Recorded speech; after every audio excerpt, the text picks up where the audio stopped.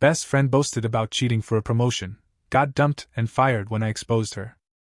The email landed in my inbox at 2:17 p.m. on a Tuesday, a notification from an anonymous account sent straight to HR. The subject line was blank, but the contents were explosive. It was a detailed account of my best friend's affair with a senior executive, complete with dates, locations, and references to company resources misused for their rendezvous. Reading it felt like holding a live wire. I knew who it was about before I finished the first sentence. I also knew it was the beginning of the end for her. My hand shook as I closed the email, not out of fear, but because I was the one who sent it. This wasn't a decision made in a moment of anger. It was the result of months of watching someone I thought I knew unravel into a person I couldn't recognize. She wasn't just cheating on her husband, she was cheating the system, cheating her colleagues, and, in the end, cheating herself. The story starts years back, when we were still in college, sharing a dorm room and dreaming about our futures. Back then, she was ambitious but kind, driven but grounded. Somewhere along the way, ambition swallowed everything else. We met freshman year, assigned to the same floor in a cramped university residence hall. She was studying business, same as me, and we clicked over late-night study sessions and shared complaints about professors.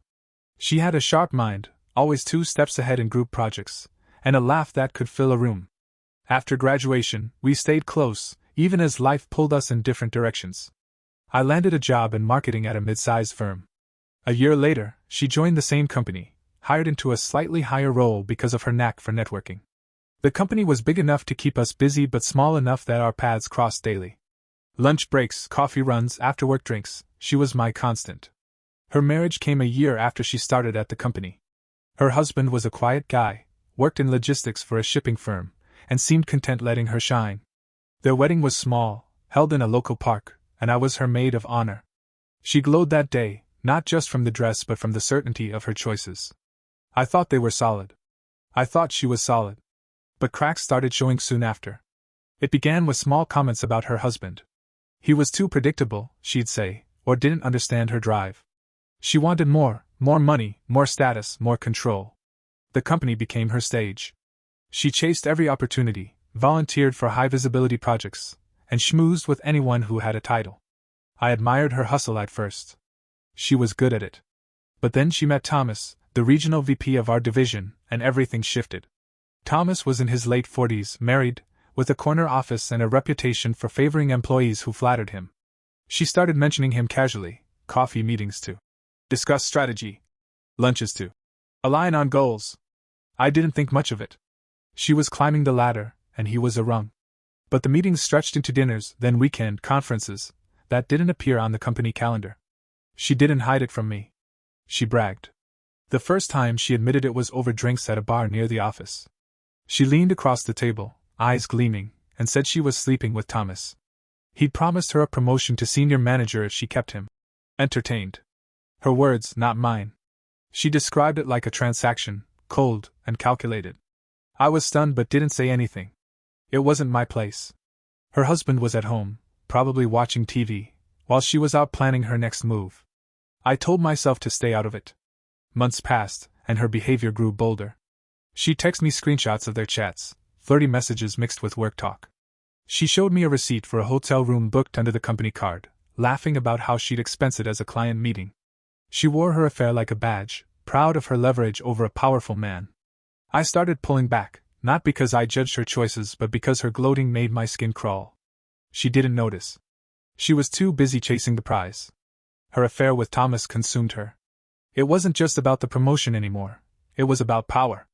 She walked into the office with a swagger, like she owned the place. People noticed. Coworkers whispered about her sudden closeness with the VP, but she didn't care. She thrived on the attention, on being seen as someone who could bend the rules and get away with it. I watched her change, not just in how she acted but in how she treated people, especially me. We used to share everything, from work gripes to personal milestones. Now, our conversations revolved around her. She'd talk about Thomas endlessly, his influence, his promises, his gifts. She showed me a bracelet he bought her, gold with a small charm, and bragged about how it cost more than her husband's monthly salary. I nodded, forcing a smile, but inside I felt sick. Her husband was clueless, still texting her about dinner plans while she was out with another man. I started avoiding her outside work, claiming I was busy, but she didn't seem to notice. She was too wrapped up in her own world. At the office, her attitude shifted. She wasn't just confident, she was arrogant. She'd interrupt meetings to pitch ideas, always making sure Thomas saw her. When she got praise, she'd flash a smirk, like she'd won some secret game. Colleagues started resenting her, but she brushed it off. She'd say they were jealous, that they didn't have the guts to do what she did. I stayed quiet, focusing on my own work, but she wouldn't let me fade into the background. It started with small jabs. During team lunches, she'd make comments about my career, saying I was too comfortable in my role. She'd point out that I hadn't applied for any promotions, implying I was lazy. I brushed it off at first, thinking she was just caught up in her own ambition. But the jabs got sharper. One day, in a meeting with our team and Thomas, she suggested I take on a low-priority project because I didn't have much else going on. The room went quiet. I felt my face burn, but I didn't respond. Thomas just chuckled, like it was a joke, and moved on. Her behavior wasn't just embarrassing, it was personal. She knew my goals, my insecurities. We'd talked about them for years. Now, she was using them to make herself look better. I started keeping my distance, but the office was small, and she was everywhere, laughing with Thomas in the hall, dropping hints about her big plans. I couldn't escape her, and she made sure of it. The breaking point came in the break room. It was a Friday, and a group of us were eating lunch. She walked in, grabbed a coffee, and started talking about the senior manager role she was basically guaranteed. Someone asked how she was so sure, and she laughed, looking right at me. She said I'd never get anywhere because I didn't have a Thomas to help me out. The words hung in the air. A few people shifted uncomfortably, but no one said anything. I stared at my sandwich, my heart pounding. She'd crossed the line, not just professionally but personally. She wasn't just bragging about her affair, she was using it to tear me down. I didn't confront her. Instead, I started paying attention. I noticed things I'd ignored before: calendar invites for meetings with Thomas that didn't involve anyone else, emails she forwarded to me by mistake, texts she sent bragging about their latest getaway. She was careless, leaving a trail of evidence. I didn't know what I'd do with it, but I saved everything. Screenshots, photos, even a voice message where she laughed about using the company card for a spa day with him. It was like she wanted to get caught, or thought she was untouchable. The evidence piled up over weeks. I didn't plan to use it at first, it was more like a reflex, a way to process what she was doing. Every text, every careless comment, every receipt she left on her desk, it all went into a folder on my laptop. I told myself it was just in case, but deep down, I knew it was more than that. She'd humiliated me, and I wasn't going to let her keep doing it. Meanwhile, her affair with Thomas hit a peak. They were blatant now, walking into the office together after lunch meetings that lasted 3 hours. She'd come back with her hair slightly messed up, her lipstick reapplied, and a grin she didn't bother hiding. The office gossip grew louder, but no one dared report it. Thomas was too powerful, and she was his favorite. She started dropping hints about moving into his department, saying it was only a matter of time before she got the promotion. She acted like it was already hers. Her husband remained oblivious. I saw him once, at a company picnic, and he was the same easygoing guy, asking about my day while she flirted with Thomas across the field. I felt a pang of guilt, not for her but for him. He didn't deserve this. I thought about telling him, but I couldn't bring myself to do it. It wasn't my story to tell. Instead, I focused on work, keeping my head down while she kept climbing. Then things started to crack. One Monday, she came into the office looking rattled. Her usual confidence was gone, replaced by tight lips and fidgety hands. I didn't ask what was wrong, I didn't have to. Later, she texted me, saying Thomas had paused things. His wife had found something, a text, an email, she wasn't sure, and he was laying low. She was furious, not at him but at the situation. She said he'd promised to fix it, but I could tell she was scared. For the first time, she wasn't in control. A week later, the promotion was announced. It went to someone from another department, a guy who'd been with the company longer and had a solid track record. She was livid. She stormed into my cubicle, ranting about how Thomas had screwed her over, how she'd done everything for him. I listened, nodding, but I felt nothing. She'd built her castle on sand, and it was crumbling. She took a few days off after that, claiming stress, and the office felt quieter without her. That's when I made my decision. Her betrayal wasn't just about her husband or Thomas, it was about me, too. She'd used our friendship as a punching bag, mocking me to make herself feel bigger. I opened my laptop, pulled up the folder, and started drafting the email to HR. I didn't use my name, but I included everything: dates, screenshots, even the voice message. I read it over twice, my cursor hovering over the send button. I wasn't angry anymore. I was done. I sent the email to HR on a Wednesday night, using a throwaway account I'd created for this purpose. The folder of evidence had grown to over 50 files: texts, screenshots, calendar entries, and that damning voice message where she laughed about expensing a spa day with Thomas. I attached everything, organized by date, with a brief explanation of her affair and how it violated company policy. I didn't mention her husband or the personal betrayal. This was about her professional misconduct. After hitting send, I shut my laptop and went to bed. I didn't sleep. The next day, the office felt normal. She was still out using her stress leave, and Thomas was in meetings all morning.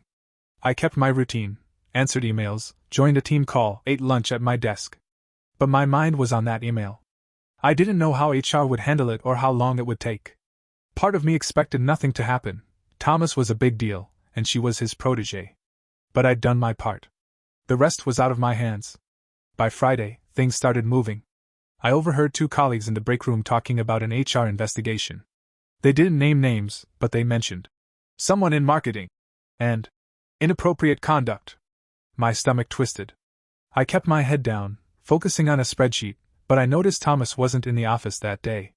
His assistant said he was working remotely. That wasn't unusual for him, but the timing felt off. She returned to work the following Monday, looking worse than before. Her makeup was heavy, like she was hiding sleepless nights, and she barely spoke to anyone. She didn't come near my cubicle, which was a relief. I heard from another coworker that HR had called her in for a meeting that morning. She'd left the building right after, her face blank. I didn't feel satisfaction or guilt, just a strange emptiness. This wasn't about winning, it was about consequences. The official announcement came 2 days later. An email from HR went to the entire department, stating that an employee had been terminated for ethical violations and breach of company conduct. Her name wasn't mentioned, but everyone knew. Whispers spread through the office like wildfire. Some people were shocked, others said they'd seen it coming. Thomas wasn't mentioned in the email, but his absence that week spoke volumes. I later heard he'd been reassigned to a different region, though I never confirmed it. Her desk was cleared out by the end of the day. Someone from facilities boxed up her things: photos, awards, a coffee mug I'd given her years ago. Seeing it hit me harder than I expected. We'd been friends for a decade, shared secrets, celebrated each other's wins. Now, she was gone, and I was the reason. I didn't regret it, but I didn't celebrate either. I just went back to work. The fallout spread beyond the office. Her husband found out, though I don't know how. A mutual friend told me he'd moved out of their apartment, leaving her alone. Her social media went silent, no posts, no updates, just a blank profile picture. Her phone number stopped working, replaced by an automated message saying it was disconnected. I didn't reach out. There was nothing to say. She'd built her life on lies, and now it was collapsing. At work, the mood was tense for weeks. People speculated about what happened, piecing together rumors. Some thought she'd been caught stealing, others guessed it was about Thomas. No one suspected I was involved, and I kept it that way. I didn't talk about her, didn't join the gossip. When a coworker asked if I knew anything, I shrugged and said we hadn't been close lately. It wasn't a lie. I started noticing changes in myself. I was more guarded, less trusting. I'd always seen our friendship as a safe space, but she'd turned it into a battlefield. I replayed our years together, looking for signs I'd missed. There were plenty: her need to be the best, her subtle digs when I got attention, her obsession with status. I'd ignored them because I loved her. That was my mistake. I kept the folder of evidence, though I didn't open it again. It sat on my laptop, a reminder of what she'd done and what I'd had to do. I thought about deleting it, but something stopped me. Maybe it was proof I hadn't imagined it all, that she'd really crossed those lines. Or maybe it was insurance, in case she tried to come after me. I didn't think she would, she'd lost too much, but I wasn't taking chances. Work settled back to normal eventually. A new hire took her desk, and the department moved on. I got a small raise a few months later, not because of what happened but because I'd been consistent, delivering on projects while she'd been distracted. It felt ironic. She'd mocked me for lacking ambition, but I was still here, and she wasn't. I saw her husband once, months later, at a grocery store. He was alone, pushing a cart with just a few items. He didn't see me, and I didn't approach him. He looked tired, older than I remembered.